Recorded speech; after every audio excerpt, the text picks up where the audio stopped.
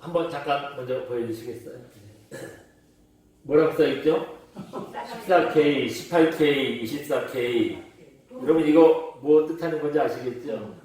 네, 맞습니다. 그냥 14K 하나만 써놨으면 뭐가 있을 텐데요. 14, 18, 24K 하니까 금덩어리라는 거 금방 아시네요. 잠깐 한번 또 보여주시겠어요? 여러분 이게 얼마나 큰 건지 모르겠는데요. 저기 혹시 1000g이라고 써 있는 거 보이세요? 네, 1000g. 1000g이면 몇 킬로이죠? 1kg. 1kg짜리래요.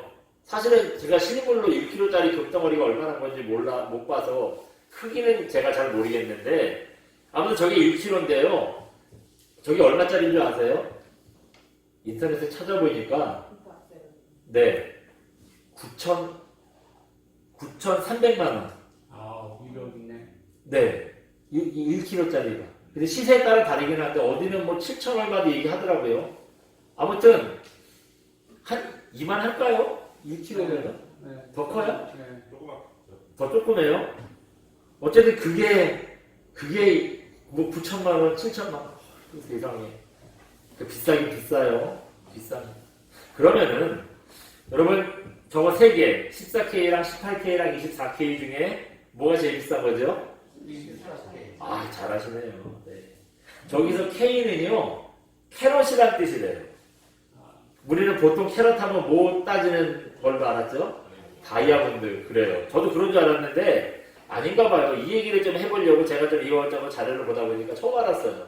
처음 아는 게 좀 많은데, 이 다이아몬드 뿐만 아니라 모든 보석의 종류들은요, 다 캐럿으로 그 무게를 매긴다는 거예요.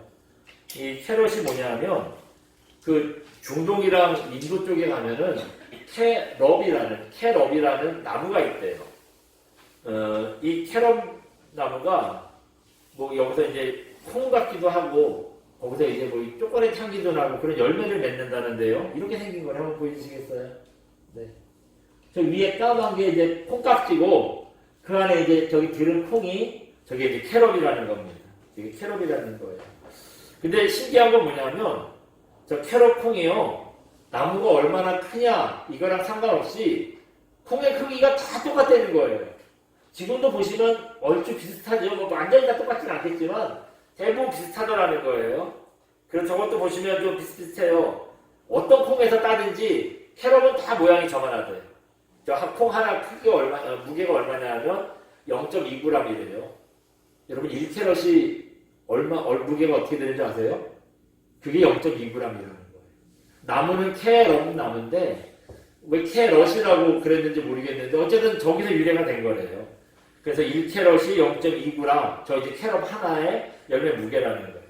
저울이 없던 시절에 저 캐럿 콩의 크기가 일정하니까요. 저거 가지고 이제 보석의 무게를 따졌다는 거예요. 그래서 뭐 다이아몬드뿐만 아니라 모든 보석의 무게를 재는 단위가 캐럿이 됐더라. 뭐 확실한 얘기입니다. 그냥 뭐 이런저런 설이 아니라 정확한 추처예요. 그렇다면은 여러분 금에서 24캐럿 하면 그게 무슨 뜻일까요? 제가 사실 뭐 보석에 대해서도 별로 관심도 없고 그래서 그냥 그런가 보다 했는데 근데 24캐럿이 뭘까 이렇게 볼 때 제가 그냥 어떤 생각할 때에는 금이 24% 들었다. 그러니까 24캐럿이겠지 생각을 했는데 그게 아니더라고요. 그 24캐럿의 의미가 뭐냐면 어른이 저 캐럿 열매를 한 조각 딱 쥐면은 24개가 들어간대요. 대부분 뭐 성격에 따라 다르겠지만 대부분 잡으면 24개가 들어간대요. 그래서 이 불순물이 하나도 없는 100% 완전한 순금을 우리가 만들 수 없잖아요. 금이 원래 100% 완전한 건 아니잖아요. 그래서 아까 잠깐 보여주시면 그 금도요. 저기 보면 999.9 이렇게 돼 있죠. 100%는 아니라는 거예요. 그렇지만 999.9%가 이제 금이라 저는 의미 돼요. 어쨌든 그렇다는데 뭐 저 캐럿 콩 24개만큼이 이제 24K라는 거예요. 그래서 24K 하면 금이 24%고 나머지 76%가 뭐 다른 게 섞인 거다 이런 뜻이 아니고 그냥 24K면 거의 100% 순금이라는 얘기입니다. 근데 18K는 뭐냐? 24분의 18%가 이제 그 상량된 게 그게 18K예요. 14K는 뭐냐 하면 24분의 14%가 금이 들어간 게 이게 이제 그 14K라는 거예요. 사실 뭐 그렇게 저도 써있는 거 제가 정리를 한 거예요. 저도 정치가 잘 와닿지는 않는데. 아무튼, 그러니까 그런 금 중에서 제일 비싸고 좋고 순수한 금은 24K. 그래서 이제 24K 금을 순금이다. 그렇게 얘기한다는 거예요. 성경에도 우리 신앙을 순금에 표현하는 거 많이 볼 수 있죠. 아마 대표적인 말씀이 이 욥기 23장 10절 말씀일 겁니다. 보시면 여러분 잘 아실 거예요. 같이 한번 보여주시겠어요? 같이 읽어봅니다. 시작. 욥기 23장 10절 말씀. 그러나 내가 가는 길을 그가 아시나니 그가 나를 단련하신 후에는 내가 순금같이 되어 나오리라. 아멘. 우리가 이 시간에 가끔 부르는 주가 보이신 생명의 길, 그 찬양 가사예요. 그 찬양이 이 욥기 23장 10절 말씀을 가지고 찬양을 이제 복을 붙여서 이제 지은 겁니다. 말씀의 뜻은 이런 거죠. 여러분, 욥은 누굽니까? 이유 없이 고난받은 사람의 대명사가 욥입니다. 욥이 그 무고하게 고난을 받을 때 이렇게 고백을 한 거예요. 내가 지금 고난의 길을 가고 있지만 하나님께서 내가 지금 무고하게 고난의 길을 가고 있다는 건 아신대요. 그러면 아시는데 왜 무고하게 고난의 길을 가냐? 내가 나쁜 짓 해가지고 벌 받는 건 당연한 거잖아. 근데 내가 아무 죄 없이 무고하게 이런 고난의 길을 가고 있는데 왜 그렇게 가게 하시냐? 그게 바로 하나님께서 나를 단련시키는 과정이시라는 겁니다. 그래서 이 단련 시간이 끝나면 욥의 신앙이 어떻게 나온대요? 내가 순금같이 되어 나오리라. 옛날 성경이 조금 더 맛이 있어요. 읽는 맛이. 옛날 성경에는 정금같이 나오리라 그랬어요. 왠지 정금이 조금 더 귀한 것 같잖아요. 네? 그래서 이 정금같이 나올 것이다. 이 고난의 훈련 시간이고 이 고난의 시간이 끝나면 내가 이 순수물이 하나도 섞이지 않은 순수한 신앙, 정금 같은 신앙, 성숙한 신앙이 될 거다라는 고백을 하고 있습니다. 이때 순금 같은 신앙 다 얘기하는 거가 뭐죠? 여러분, 금이 어떻게 해야 순금이 된대요? 불순물이 하나도 섞이지 않은 거. 뭐 100%는 될 수 없지만 거의 섞이지 않은 거.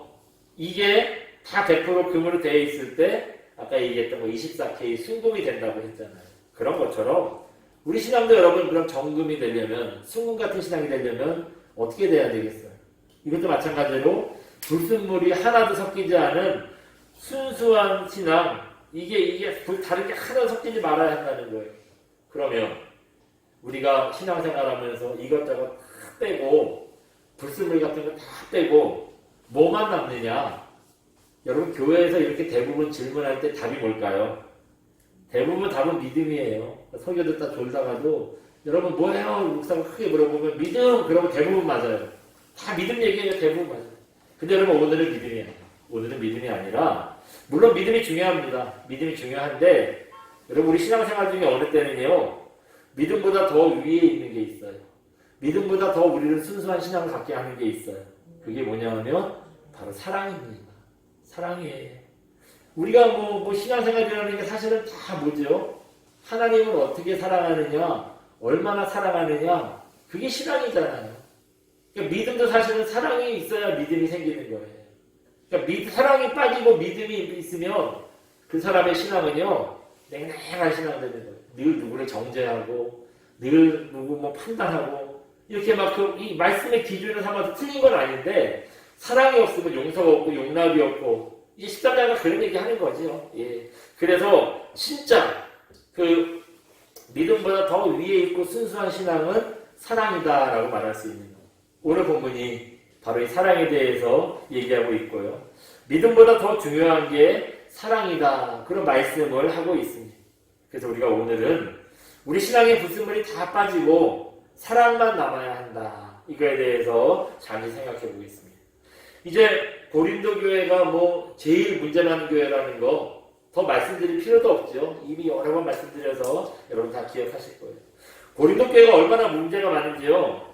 여러분 그 얘기의 내용들 한번 생각해 보세요. 무슨 뭐 싸움이라고 정욕에 사로잡히고 이혼을 하고 그거는 이해가 가요. 나중에 뭐 때문에 싸우냐. 하다 이제는요. 하나님께서 특별한 은사를 주셨는데 이 은사 받은 거 가지고 서로 싸우는 거예요. 은사 가지고 싸웁니다. 우리가 하나님께 받은 재능, 뭐 달란트, 이걸 은사라고 그러잖아요. 어떤 사람은 찬양의 은사가 있고, 어떤 사람은 뭐 가르치는 은사가 있고, 어떤 사람은 신기하게 기도해가지고 병을 낫게 만드는 신의 은사가 있고, 뭐 하나님께 받는 은사가 정말 다양해요. 성경에 나와 있는 것 말고도 우리가 이건 은사다라고 얘기하면 정말 많이 있습니다. 그런데 그런 귀한 은사를 가지고요, 사람들이 이제 싸우는 거예요. 어떤 한 은사는, 은사가 다양하다 보니까 어떤 건 좋은 거네, 어떤 은사는 하찮은 거네, 서로 우리 자기가 받은 은사를 가지고 서열을 매겨요. 서열을 매겨 싸움이 되는 거예요. 여러분, 뭐 내가 받은 은사가 좋다 그래야 기분 좋지요. 아이고 별거 아니야, 네가 받은 거 은사라고 얘기하지 마, 이러면 기분 나쁘잖아요. 서열을 매기 시작하니까 이제 싸움이 나는 거예요. 또 내 은사는 왜 이렇게 서열이 낮냐, 네 건 뭐 대단하냐, 서로 받은 은사를 가지고요 막 질투하고 시기하고 막 싸우나요? 아니 여러분, 고린도 교회는 무슨 뭐 싸움장만 모인 교회인지요, 이거 은사 받은 건 싸움 날 일이 아니잖아요. 이거 하나님께 얼마나 큰 복을 받은 겁니까? 예? 근데 진짜 싸움 날 게 아니고 서로 귀하고 축하해주고 막 그냥 즐거워해주고 이런 일인데, 이걸 갖고 싸우는 거예요. 싸우다 진짜 별거 갖고 다 싸운다 싶은 거예요. 그 소식을 듣고 바울이 모른 척 할 수 없잖아요. 그래서 은사 때문에 싸우지 말라고, 은사는 서열이 없다고, 은사는 우리 몸의 지체 같아서 서로 받은 은사를 가지고 도와주라고 주신 거니까 이거 싸우면 안 된다. 그리고 이제 이런 얘기를 서로 돌보라고, 이런 얘기를 이제 12장에서 했어요. 앞에 우리가 오늘 13장 봤는데 12장 은사장에 대한 얘기가 그 얘기입니다. 은사장을 얘기한 이유는 결국 하나예요. 싸우지 말아라. 은사 가지고 싸우지 말아라 얘기하고 싶어서 12장을 한 겁니다. 그리고 이제 오늘 13장에서 또 이어서 얘기하는 겁니다. 사랑장이라고 했는데 은사와 사랑을 떨어뜨려서 얘기한 게 아니에요. 은사는 사랑이 필요한 거야. 사랑이 있어야 은사도 기신하는 거야. 이제 그런 얘기를 하는 겁니다. 그래서 이어지는 말씀이 무슨 은사를 받았냐가 중요한 게 아니라 받은 은사를 가지고 어떻게 살아가느냐, 그게 중요하다는 얘기예요. 사랑은 오래 참고 사랑은 시기하고, 막 이 얘기가요 다 그거예요. 남이 은사 갖고 막 뭐 할 때 참아주는 거예요. 그게 사랑이라는 거예요. 남이 막 어떤 은사를 받아서 은사 갖고 활동할 때 부럽다고 질투하지 말라는 거예요. 그래서 사랑은 시기하지 않으며 그러잖아요.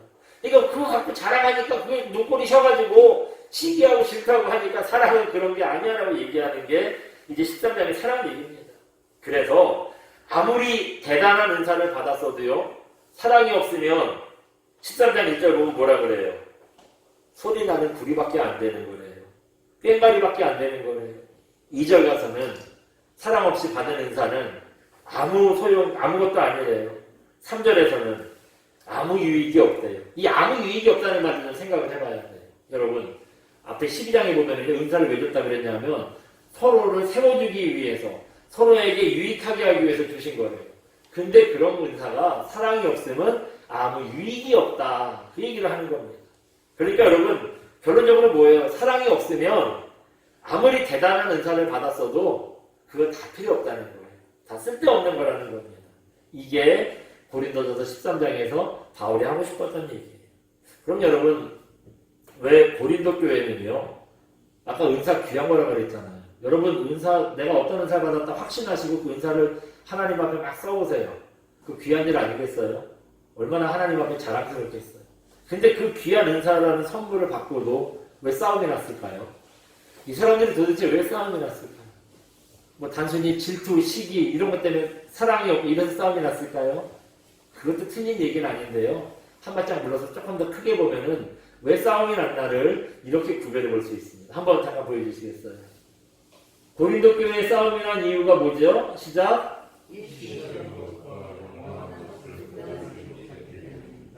네. 예. 왜 싸움이 났대요? 일시적인 거랑 영원한 걸 구별하지 못해서 싸움이 났대요. 이게 무슨 말이냐면, 여러분 기도하는데 옆에서 어떤 사람이 마치 하나님과 대화하는 것처럼 진짜 하나님과 하나님 알겠습니다. 아니 제 생각은 이렇게 막 기도한다고 해보세요. 대단하죠? 하나님과 직통계시를 하는 거예요. 고린도 교회에 그런 사람이 있었다니까요. 네? 그런 사람 앞에서 감히 기도의 능력, 기도의 은혜, 기죽어서 이런 얘기 하겠어요? 네? 내가 하는 기도는 아무것도 아닌 것 같잖아요. 또 여러분 요즘 코로나 때문에 전 세계가 힘든데 하나님께서 코로나 이거 왜 주셨을까? 그 이유를 아는 사람 있을까요? 여러분 코로나 하나님께서 왜 허락하셨는지 아세요? 참 궁색해져요. 이유를 지금 모르겠어. 나중에 우리가 좀 지나보면 알겠죠. 근데 어쨌든 지금은 잘 몰라요. 그런데 누가요? 성경 구절을 탁 대면서 코로나를 주신 하나님의 뜻이 여기 있다고 보라고 이렇게 막 성경 구절까지 들이대면서 얘기를 해주면 그 얘기 믿겠어요? 안 믿겠어요? 따를만 하잖아요. 네? 고린도 교회가 딱 그랬다는 거예요. 교인들이 얼마나 받은 은사가 어마어마하고 막 신령한지 거의 막 천국에서 사는 사람들 같다니까 능력만 보면은 예? 그게 막 넘쳐나는 거 한두 사람만 그런 게 아니라 온 교인이 다 그런 은혜가 있고 은사를 받은 거예요. 근데 이렇게 은사가 넘치다 보니 서로 자기 은사가 대단한 거라고 네 거 별거 아니라고 은사를 자랑하고 서열을 매기고 잘난 체하고 또 잘난 체하니까 그게 또 눈꼬리 서가지고 막 시기하고 질투하고 싸우고 근데 그런데도 부러워해 그것도 그러면서도 부러워해요. 이런 상황이 바로 이 지금 고린도 교회 상황이었다는 겁니다.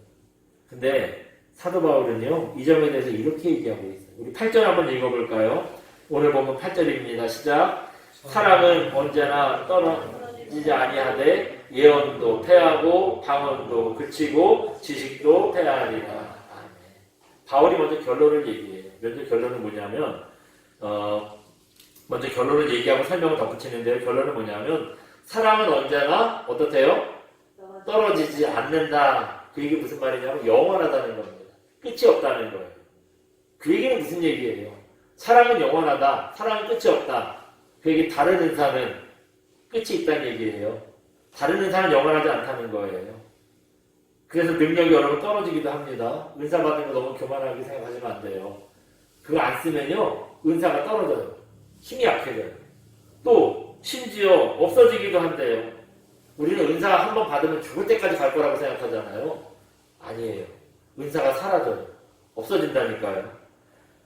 그래서 그 얘기하잖아요. 예언도 어떻게 돼요? 그치고 또 이어지는 말씀 보면 방언도 그치고 지식도 패하니라 그랬어요. 여러분 방언할 줄 아는 분 있으세요?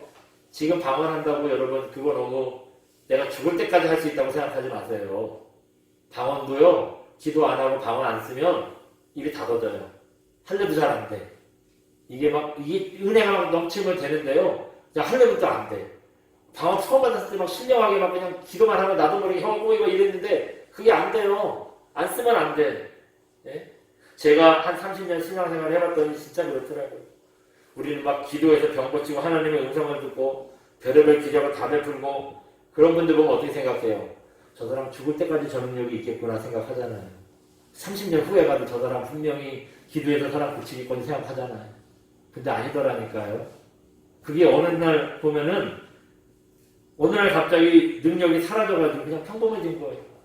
여러분 70년대 80년대 유명한 부흥사들 얼마나 많았어요. 그분들 지금 안 돌아가셨는데 왜 안 해요? 왜 안 할까요? 있으면 하겠지. 내가 없다고 얘기는 장담 못 하겠어요. 있으면 하겠지요. 그 놀라운 능력을 왜 안 하겠어요? 아무튼 여러분 알아서 생각하시기 바랍니다. 네. 활동하는 분들이에요. 지금도 교회는 원로 목사로 남아있는데 부흥회는 아직도 다녀요.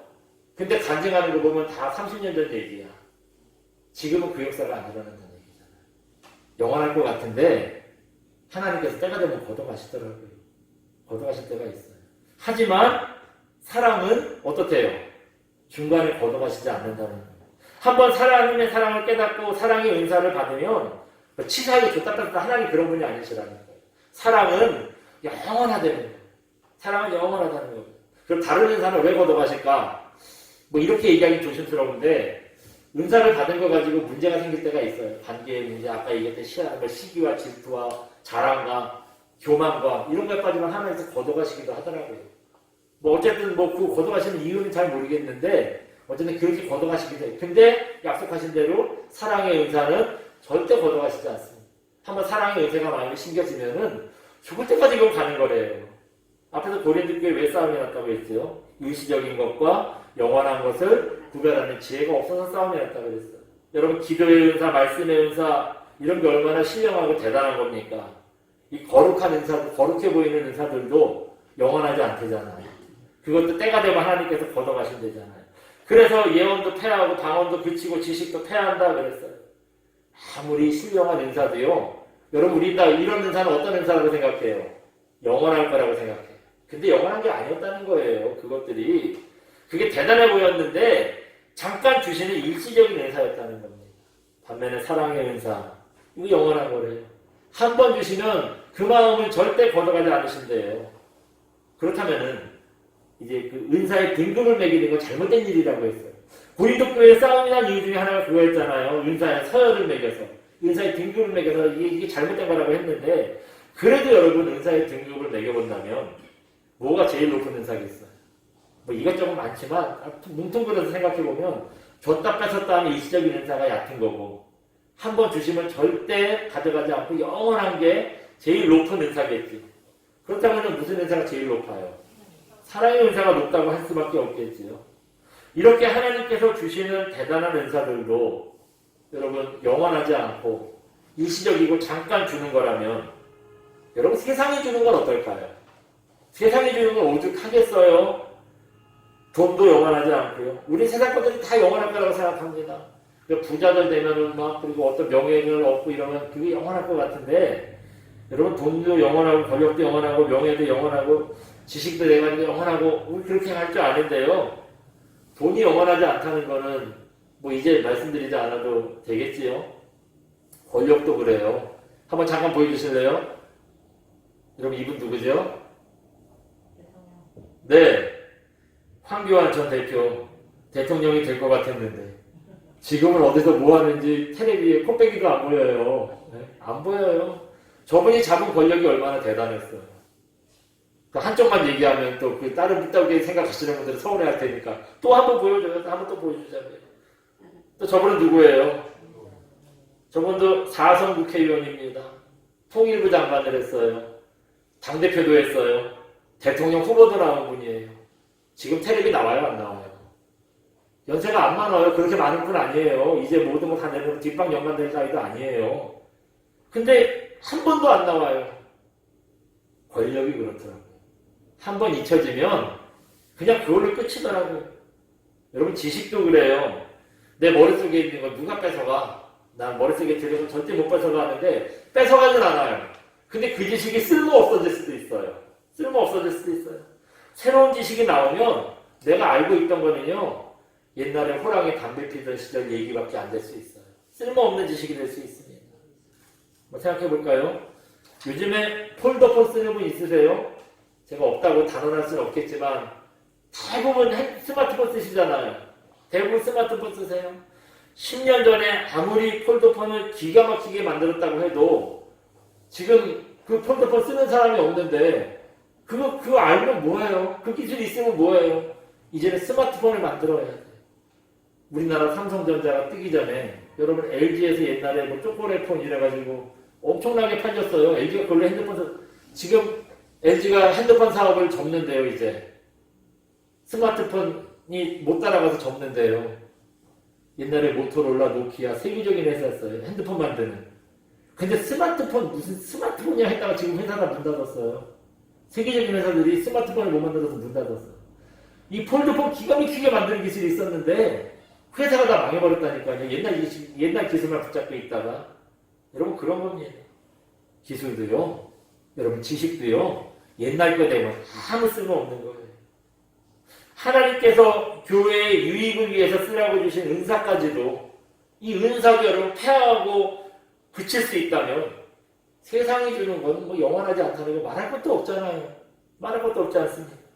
그런데 고린도 교회 교인들이 그걸 몰랐어요. 하나님께서 주시는 거니까 이게 무조건 영원할 거다 생각하고 자랑질을 하다가 다 잃어버렸어요. 그리고 진짜 영원하고 고귀한 사랑을 잃어버리고 이게 일시적인 것만 붙들고 있다가 교회 싸움나 성도 간에 서로 원수돼 망했잖아요. 완전히. 그 뭐가 됐습니까?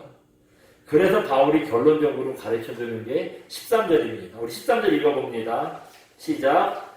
그런즉 믿음, 소망, 사랑 이 세 가지는 항상 있을 것인데 그 중에 제일은 사랑이라. 예, 믿음, 소망, 사랑 이 세 가지 중에 제일 좋은 게 뭐래요?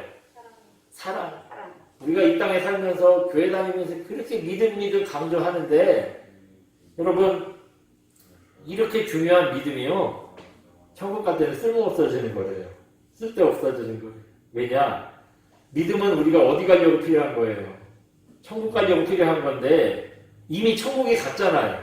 그러니까 천국에서 믿음이 필요 없는 거야. 쓸데없어지는 거예요. 소망도 그렇죠. 우리가 가진 소망이라는 게 하나님 나라에서 같이 사는 소망이잖아요. 근데 이미 하나님 나라에 갔어. 그러니까 천국에서는 소망도 필요 없어요. 그래서 천국까지 가서 다른 거 다 이 세상에 뭐 영원하지 않은 거 말할 것도 없고요. 우리가 그렇게 귀하다고 하는 믿음과 소망도 천국 가면 필요가 없는데 뭐 그러니 나머지 것들은 뭐가 필요하겠어요. 맨 천국까지 가서 맨 마지막으로 남는 게 그래서 뭐라고요? 사랑이라는 거예요. 사랑. 사랑은 하나님 사랑하고 형제 사랑하고 그런데 천국 가서도 계속 쓰는 거예요. 사랑은. 그 사랑만 남는다는 겁니다. 또 그렇다 보니 그래서 믿음과 소망과 사랑 중에 사랑이 제일이다 말씀을 하시는 겁니다. 전 세계 금융의 중심지하면 어디 얘기하죠? 미국의 월스트리트라는 그런 길을 얘기한대요. 왜냐하면 이 월스트리트의 뭐 증권거래소, 뭐 미국의 아니 미국뿐만 아니라 세계적인 뭐 은행들 다 여기 몰려 있기 때문에 그렇다는 얘기입니다. 그런데요, 이 전 세계 금융의 중심지인 월스트리트가 월스트리트라는 이름을 가진 유래가 있대요. 그 유래가 뭐냐면 한번 잠깐 보여주세요. 월이라는 거는 뭐래요? 벽. 스트리트라는 거는 길, 거리 이런 뜻이라는 거예요. 그 월스트리트 그러면 결국 그 말의 뜻이 이 거리 이름의 뜻이 뭐예요? 벽이 쳐진 길이 월스트리트였다는 겁니다. 이 길에 저 월스트리트에 그 담이 쳐진 유래가 또 있어요. 1653년에 미국을 막 개척하는 시대에요. 네덜란드 사람들이 미국 땅에 들어옵니다. 이주를 했어요. 그래서 인디언들한테 그 땅을 헐값을 주고 샀대요. 인디언들이 뭐 처음에 쓸모없는 땅이라고 생각해가지고 돈 준다니까 자기네들이 그냥 신기한 거 막 새로운 거 준다니까 팔았어요. 근데 팔고 났더니 아무리 생각해도 너무 싸게 판 것 같은 거야. 너무 아까운 거예요. 이러면 어떡하죠? 그 집 앞에 와가지고 막 포장을 부리고 그러잖아요. 네, 그런 거예요. 이미 팔아버렸지만 심통이 나는 거예요. 자꾸 이 땅에 들어와가지고 싸움을 걸고 문제를 일으킵니다. 그러니까 이 네덜란드 사람들이 인디안들이 못 들어오게 크게 담을 쳤대요. 높게 담을 쳤다는 겁니다. 근데 담을 쳤다고 인디언들이 안 오나요? 담 안에는 못 들어와서 담 밑에 와가지고 또 막 행패를 부리는 거예요. 얼마나 그렇게 오래 하는지 결국엔 네덜란드 사람들이 어우 이제 지겹다 하고요. 이게 그냥 영국 사람들한테 그 땅을 또 팔아버렸대요. 파는 거예요. 그런데 이 영국 사람들은요, 이 담을 헐어버렸답니다. 들어오라고, 인디안들 들어오라고 헐어버렸대요. 그리고 인디안들을 맞아주면서 그 사람들 억울한 얘기도 들어주고 마음을 위로하고 잘 달래줬다는 거예요. 인디안들이 원래 보면 이렇게 성품이 좋은 사람들이 나쁜 사람들이 아니잖아요. 그러니까 이 인디안들도 행패를 부리지 않고요, 이 동네가 안정적으로 됐다는 거예요. 그렇게 월스트리트가 안정적인 동네라고 안전한 동네라고 소문이 났더니 사람들이 몰려들기 시작하고요. 사람들이 모이니까 돈이 있잖아요. 또 돈이 모이기 시작하고요. 돈이 모이니까 돈을 관리할 은행이 있어야 되잖아요. 그러니까 은행이 하나 들기 쓰기 시작하면서 이제 월스트리트를 중심으로 금융업이 시작되고 이게 이제 점점 커지더니 오늘날 미국 금융의 중심지, 세계 금융의 중심지 월스트리트가 됐다는 겁니다. 여러분 어떻습니까? 담으로 무조건 막았을 때는 싸움이 끝이 없었는데 담을 허물고 사랑으로 맞아줬더니 싸움도 끝나고 사람들이 몰려들잖아요. 사랑은 이런 겁니다. 다툼을 그치게 하고요. 모두를 하나 되게 만드는 게 사랑이에요. 코로나 시대를 겪으면서 교회가 참 얻은 것보다 잃은 게 많습니다. 네. 아니 그냥 잃은 게 많다고 할 수 없을 정도로 우리가 정말 심각하게 너무 많이 잃었어요. 여러분 솔직히 요즘에 어디 가서 나 교회 다닌다고 얘기할 수 있으세요? 네? 요즘 그렇게 됐어요. 이렇게 된 게 여러분 이렇게 될 정도로 교회가 진짜 많은 걸 잃었습니다. 이런 우리가 하나님의 영광을 다시 나타내고 회복할 길이 있어요. 뭐냐 하면은 교회가 우리 성도들이 먼저 사랑을 회복하는 것 뿐입니다. 따지고 보면 우리는 코로나 때문에 교회가 어려움을 당한다고 했는데 솔직히 교회가 코로나가 터지기 전부터 점점 교회가 세상의 인심을 잊기 시작했어요. 그러다가 이제 코로나가 터지는 거를 이제 터지면서 이제 교회에 대한 생각이 완전히 바닥을 친 거죠. 여러분 신앙하면 신앙생활하면 여러 가지 생각들이 떠올리실 텐데 그걸 다 밀어두셔야 됩니다. 이제는요 사랑을 회복하는 게 제일 시급해요. 이게 제일 시급합니다. 사실 지난주에도 사랑에 대한 말씀 나눴어요. 이번 주에도 사랑에 대한 말씀을 나눴습니다. 계속 이 얘기만 할 수 없으니까. 근데 앞으로 한 두세 번은 더 제가 사랑에 대한 설교를 준비했어요. 이유가 뭐냐? 사랑이 회복되지 않으면 복음의 문도 다 닫히는 거예요. 세상의 마음이 열리지 않으면 여러분 교회가 앞으로 서고 하나님의 말씀을 전할 수가 없습니다. 그러니까 다른 것도 좋아요. 좋은데 사랑이 회복돼야 나머지가 제대로 돌아올 수 있지 않겠습니까? 그래서 여러분들 다른 것들은 다 불순물처럼 없애버리고요. 순수한 사랑이 회복될 때 우리가 이런 이 하나님의 영광 다시 회복될 수 있습니다. 그리고 세상도요. 교회를 다시 받아줄 수 있을 거예요. 그렇기 때문에 여러분 우리 안에 하나님을 향한 사랑, 세상을 향한 사랑 다시 회복하시기 바랍니다. 그래서 불순물이 다 빠진 24K 정금 같은 교회, 정금 같은 신앙을 만드시기를 주님의 이름으로 축원드립니다. 우리 시간 함께 찬양하고 기도합니다. 내 주의 은혜 강가로 함께 찬양하고 기도하겠습니다.